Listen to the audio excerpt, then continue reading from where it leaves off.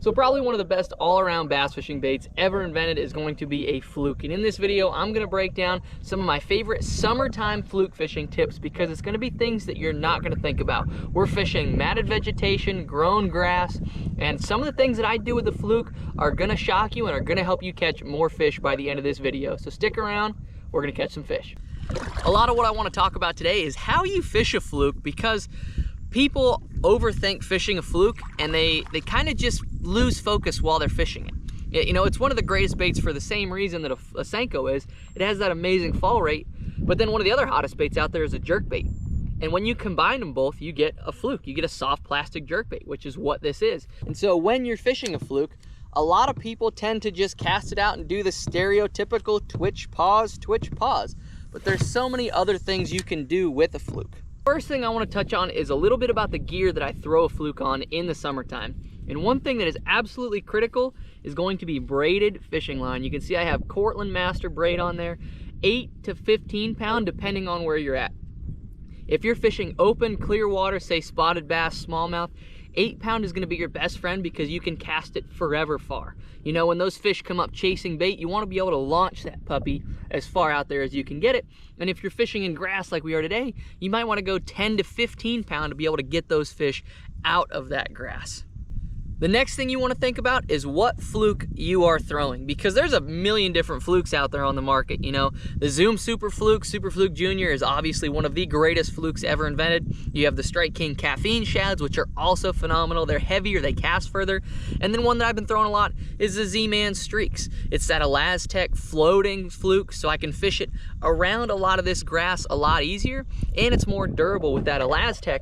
So when I'm fishing around grass, it really holds up well in pads and whatnot, and as you're reefing fish through there, it doesn't get torn up like all the other soft plastic flukes do.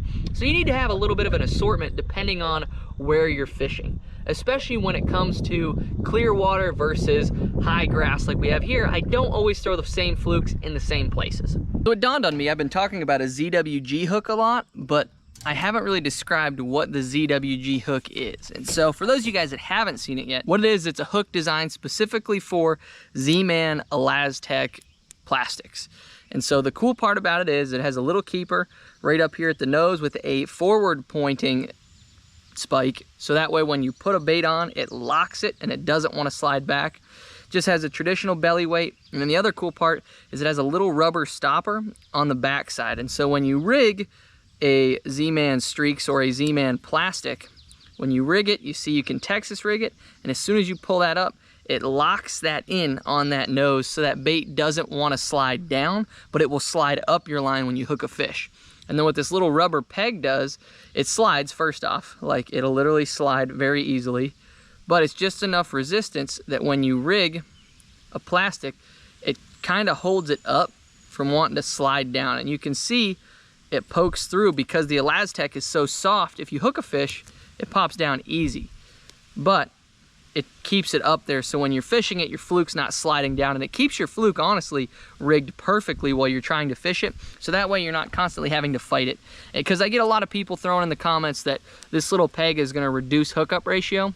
It doesn't. It really doesn't. Your Elastec slides so freely through there. You can see I pop it through there with ease, but it's just enough to hold it to where your plastic doesn't want to slide down. So at the end of the video, I will also talk about some of my favorite rigging techniques for flukes. So if you're not sure how to fish a fluke, I will break down a few different ways you can rig one and why I rig it certain ways for certain lakes versus other lakes. So if you want to see that, that'll be at the end of this video. So stick around for that. So you may notice a lot of this video I'm using a bright chartreuse or a silent color Z-Man Streaks or a fluke, and there's a specific reason to that, because when you're fishing super clear water, that bubblegum, that chartreuse, those baits really pop, and those fish can see the bait cutting and diving and darting so much better, and it triggers a reaction. Now I do like to fish a white or a pearl color, or even some more natural colors when I'm around finickier fish, but sometimes that specific chartreuse color is just an absolute killer. So if you fish a body of water with a fluke a ton, and you're just saying, man, I'm getting stuck fishing the same colors all the time, try a bubblegum or a chartreuse color, because you will be surprised at the fish that come out of the woodworks to absolutely come eat it. So real quick, I'm gonna show you how I like to fish a fluke, because I think there's a lot of different ways that people aren't fishing a fluke. You know, when most people throw a fluke out there, what they do is they cast it out and they'll do like a twitch. and then a twitch and a pause, and a twitch and a pause. So this twitch, pause I'm doing, it works great, but you can also fish it a whole lot different ways. You know, if you're fishing super shallow like we are today, you can do a whole lot more reeling with that fluke than actually just twitch pausing it. You know, you can see I'm really hunting that bait, especially when you get wind on the water like we have today. You can really reel that bait and make it look like a bait fish that's really trying to get away, because that's what's going to trigger a lot of your strikes, is really moving that jerk bait or that fluke super fast across the top, because those fish are looking for a reaction. You know, at this time of year, those fish have seen a lot of different baits, and so you kind of have to throw something different their way as far as action goes, or as far as how you're going to trigger them. And that's what you need to do with your fluke. Either move it really, really fast and then kill it and let it fall really, really slow, because that's what's going to get you a lot more bites with a fluke.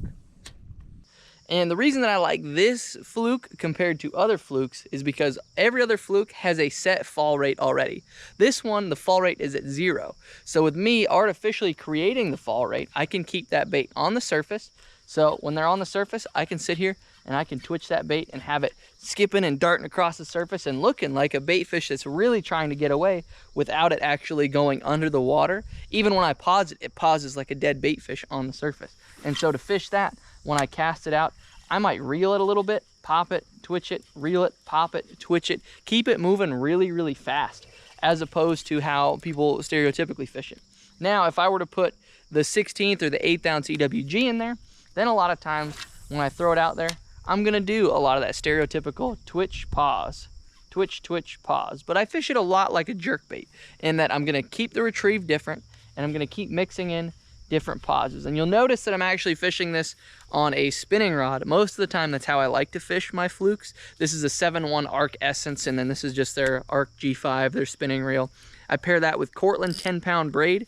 If you are making really long casts at schooling fish, I would consider going to 8-pound braid.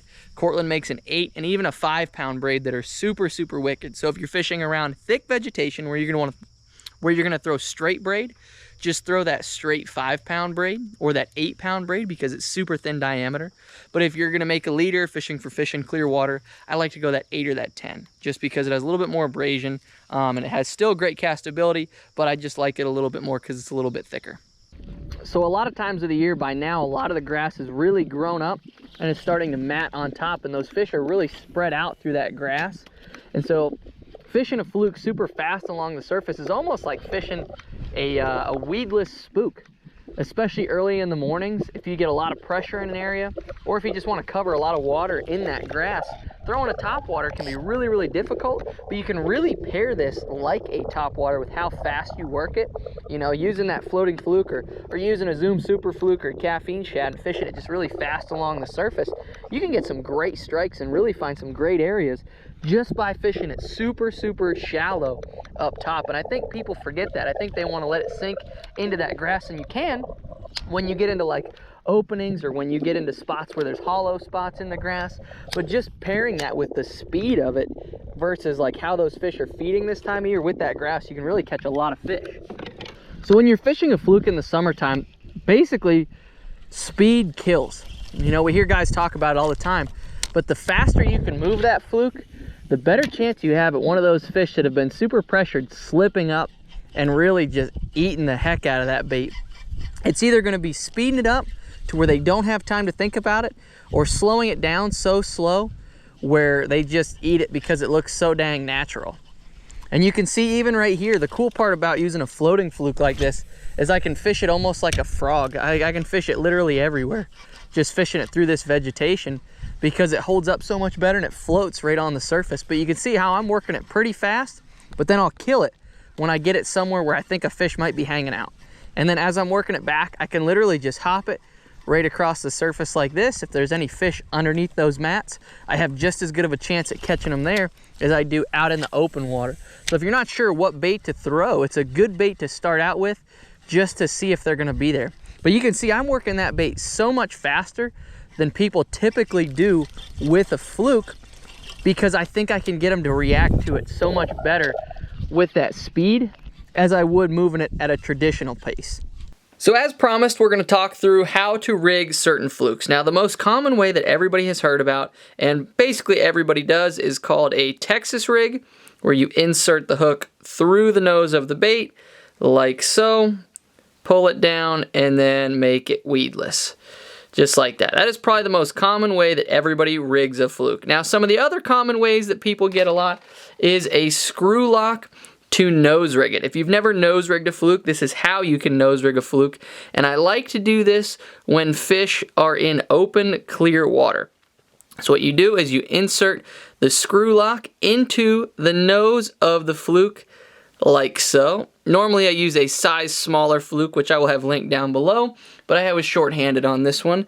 And so then you insert the hook through the nose of the fluke, like so. And this one will drastically increase your hookup ratio because the hook turns faster in that fish's mouth. So if you're not familiar with this one, this is a great option for clear water fishing, open water when you're not around grass. And I've also broken down the ZWG for you guys already, so I'm not going to break that down again. Now, one of the other ways that you can rig a fluke is you can actually rig it with a treble hook. And so what a lot of people will do is if you're really struggling fishing with a fluke and you can't figure out why you're losing fish, one way that you can really increase your hookup ratio is you add your Texas rig EWG just like so. Then you add a treble hook, but all you do is you add a little stopper to your treble hook just like you're putting on a trailer hook, because that's basically what you're doing. And so then you just hook it through the treble hook like so. So then you have a nice little bonus couple of hooks on there.